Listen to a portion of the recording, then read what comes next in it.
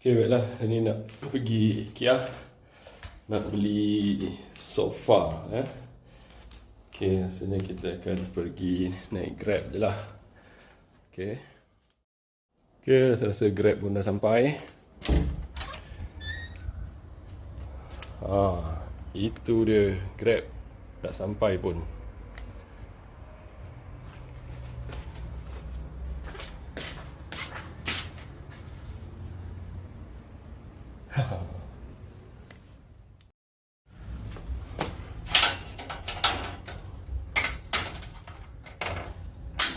Okay, kunci rumah.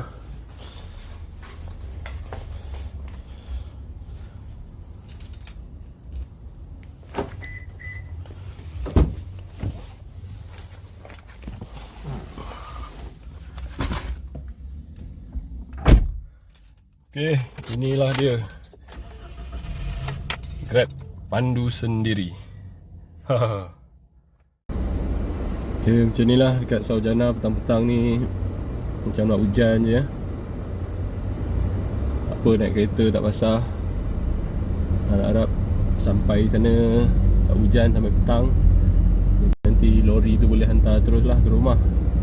Dan malam ni boleh pasang.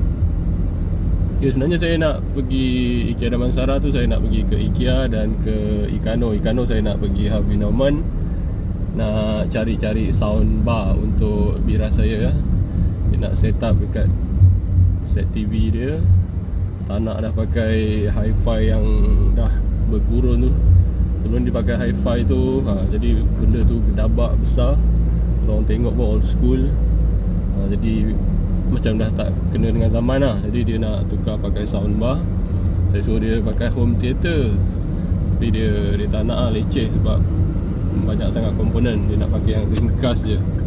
Jadi saya nak pergi Harvey Norman, nak survey-survey, nak tengok yang mana boleh connect kat Astro dengan senang lah. Tengoklah, kalau ada lah saya beli terus. Kalau tak ada, kita survey-survey tempat lain lah.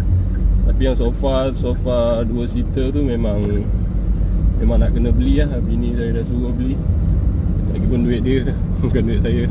Saya tukang beli lah. Tukang beli, tukang pasang, tukang duduk.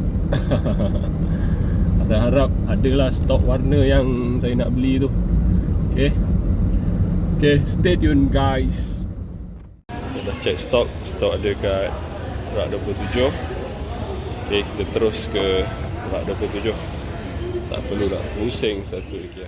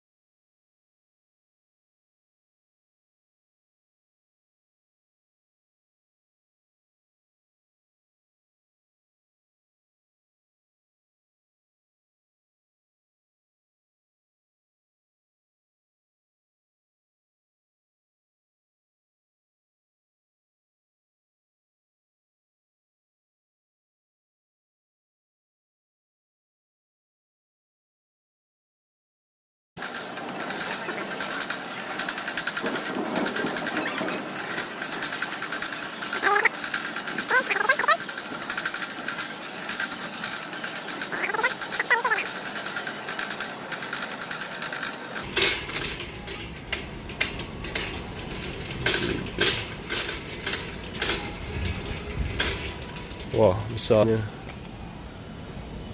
Okay, inilah dia barangnya. Memang tak muat lah kalau nak masuk kereta.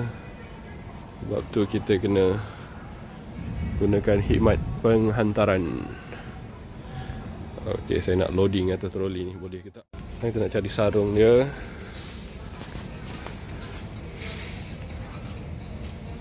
Inilah sarung dia, color yang tepat. Akhirnya saya berjaya juga mengangkat 3 kotak ni ke atas troli ya. Kan IKEA dia ada sediakan khidmat mencari barang, tapi ada charge lah. Jadi kalau rasa boleh buat sendiri, biar buat sendiri jimat. Tengok ni, kotak yang besar ni berat dia 40 kg. Yang kecil ni 22 kg. Okay, sekarang saya akan tolak ke kaunter bayaran untuk pembayaran.